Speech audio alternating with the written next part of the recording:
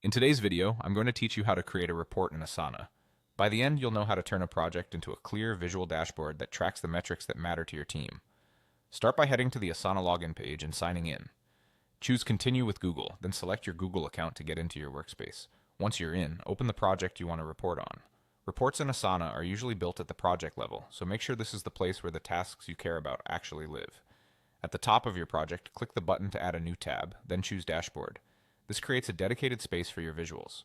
It's a good idea to rename the tab so it's easy to recognize later. Something like Project Report or KPI Dashboard works well, especially if your project has multiple tabs. Now let's add your first data point. Click Add Widget, then pick Chart. In the Chart Setup panel, open the Chart Style dropdown and select Number. This is perfect for a single key metric. Under Value, choose what you want Asana to count or display. For this example, we'll show the total number of tasks in the project. When it looks right, click Add Chart. You've just created a simple KPI that updates automatically as work changes. Let's add a second visualization to give your report more context. Click Add Widget again, select Chart, and open the Chart Style dropdown once more. This time, choose Donut. You'll be prompted to select the grouping that drives the donut segments. Pick a field that helps you tell the story. Completion status is a great starting point because it shows the distribution of tasks by done versus not done.